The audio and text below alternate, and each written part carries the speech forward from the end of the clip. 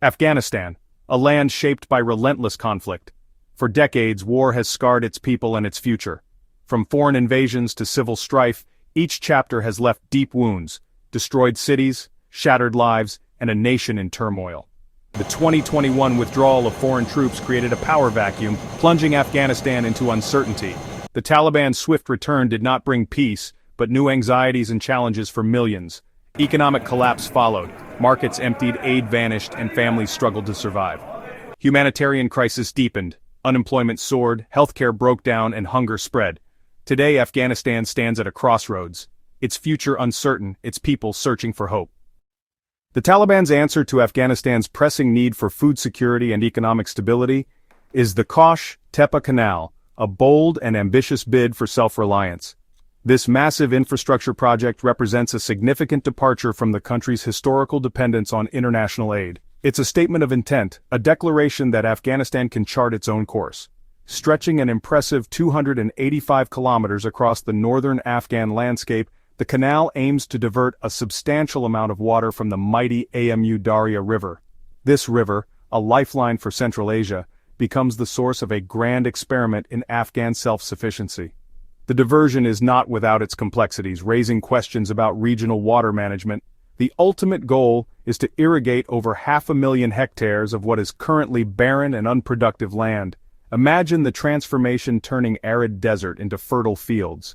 The goal is simple, yet profound. Transform desert into farmland, unlocking the agricultural potential of vast stretches of the country. This would dramatically increase Afghanistan's capacity to feed its population, create jobs for thousands of Afghans, and perhaps most importantly, break the long-standing cycle of dependence on foreign aid. The project is envisioned as a pathway towards true economic sovereignty. Remarkably, the project is being funded entirely by domestic revenues and built by the hands of local labor, showcasing the capabilities of the Afghan workforce. This is an Afghan solution, built by Afghans for Afghanistan. The canal, therefore, is more than just an irrigation project. It's a powerful statement of economic sovereignty and national pride.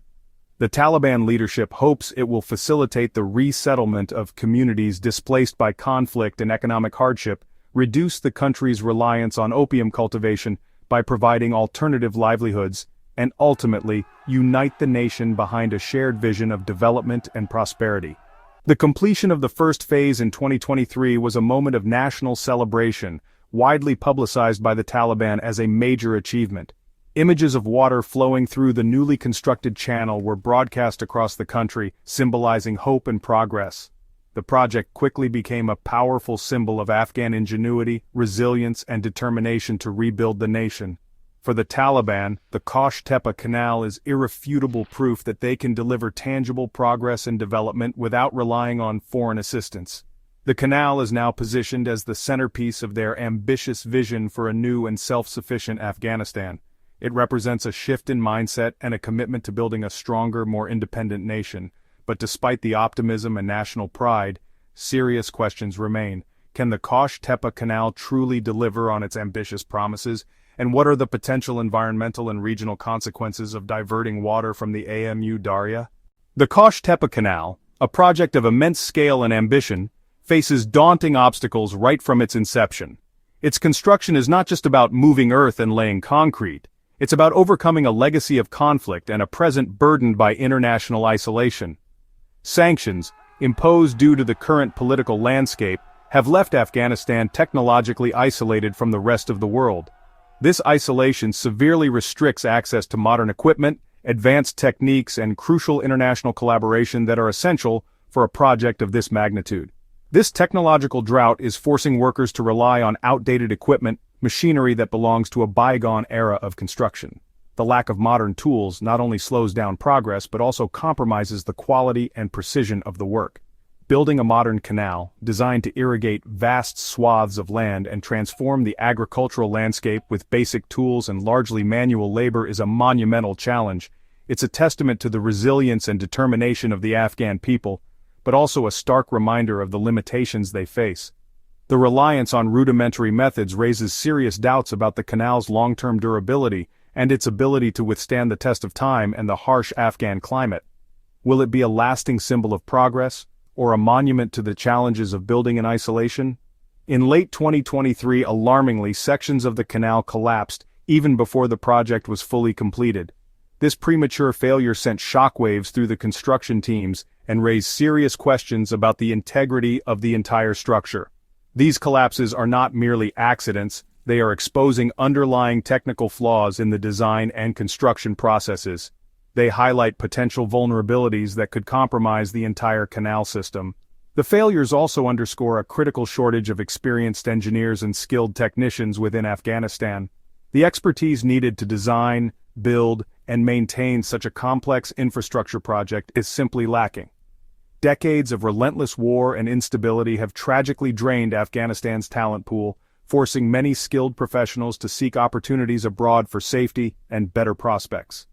This exodus has left the nation with few experienced engineers capable of overseeing and executing large-scale infrastructure projects like the Qosh-Tepa Canal. The lack of qualified personnel is a significant impediment to progress.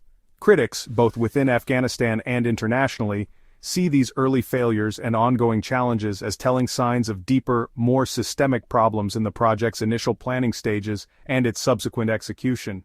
They question the feasibility studies, the design choices, and the overall management of the project.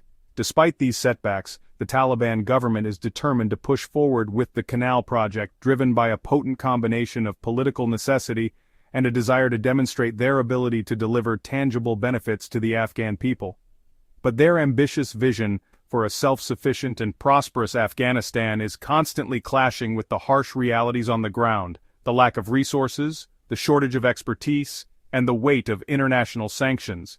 The cracks appearing in the canal's infrastructure serve as a stark metaphor, mirroring the deeper cracks in their broader vision for achieving true self-sufficiency and economic independence for Afghanistan. The canal, intended to be a symbol of progress, is instead becoming a symbol of the immense challenges they face. The fundamental question remains: can sheer determination and unwavering resolve alone overcome the formidable limitations imposed by sanctions, a lack of resources, and a critical shortage of technical expertise? The future of the Qosh-Tepa Canal, and perhaps the future of Afghanistan's development, hangs in the balance.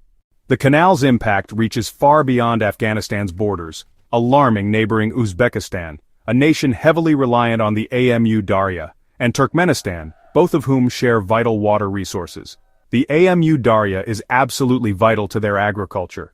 Diverting its water poses a significant threat to their economies and the already fragile Aral Sea ecosystem.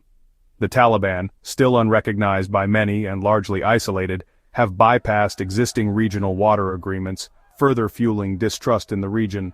Environmental risks loom large, shrinking rivers, the death of ecosystems, and the increasing frequency of devastating dust storms. The canal could either stabilize Afghanistan's food supply or spark a full-blown regional crisis over precious water resources. Its ultimate success or failure will profoundly shape the fate of millions of people. As the world watches with bated breath, the stakes simply couldn't be any higher than they are now. Afghanistan's high-stakes gamble is now a critical regional test of survival.